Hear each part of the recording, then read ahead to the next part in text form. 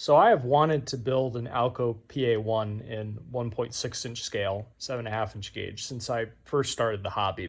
This engine is probably the literal personification of my ADHD.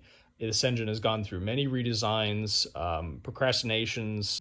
It's been a long time, but we're finally getting it done. Now you might be thinking, hey, I saw this engine at the 2022 Triennial.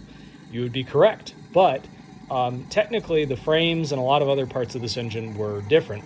Start design of said trucks in 2015, then get it just barely running for the 2015 Triennial, then subsequently have it take a backseat to other projects for 2 years before getting restarted and having the frame mostly completed, but then suffering some setbacks until finally receiving a full and complete overhaul and full completion of all the details. So this engine got a major overhaul this spring. Originally, when I first built the frames for this engine back in 2018, I used a partial frame construction where it basically split in the center, which allowed for it to be loaded in a 6-foot bed truck, which is great until you think about the fact that the frame is not a solid one-piece frame, and thus it has the ability to flex. This caused a lot of issues in terms of the locomotive not having a straight center line along the side of it. If you notice at some clips during the last Triennial, the engine actually sat at an angle. It had a list on the slight rear end, resulting in it looking kind of a little bit odd. There were a lot of other details, too, that I had to rush at the last Triennial. That was because I literally had 3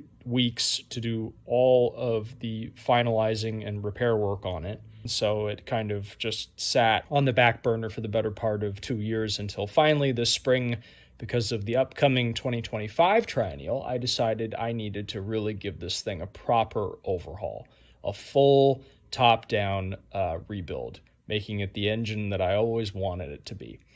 So I started going through and basically I built a whole new frame for it, a single piece frame. I built all new sides, an all new roof, just a whole bunch of stuff. And to date, I'm still not quite finished with the detailing. I still have a little bit more I have to do on it, but at least as far as the major stuff, all of that is complete. Now, of course, I still have to do electrical and a few other things on it. Now, the B unit is a control car. It's not powered. The trucks aren't powered. It doesn't have any motors in it. It's basically just an engineer's riding car. Now, it will, of course, have auxiliary batteries for all of the accessories. And, of course, it'll have the control stand, which it looks very nice.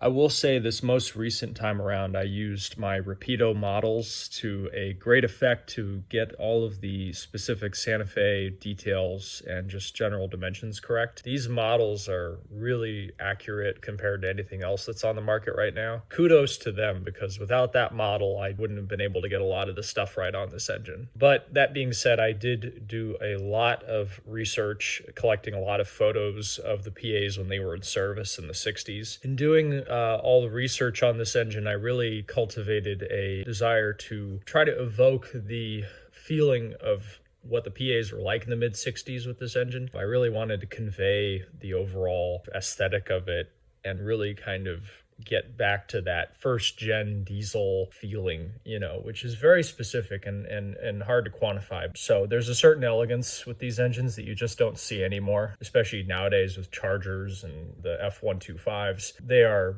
nothing by comparison to these elegant machines that roam the rails. It's hard to imagine that back in the 60s, these ran down to San Diego and parts east regularly. And these were found on the San Diegan, among other trains. Really makes you wish that they would run these and continue a surfline service today.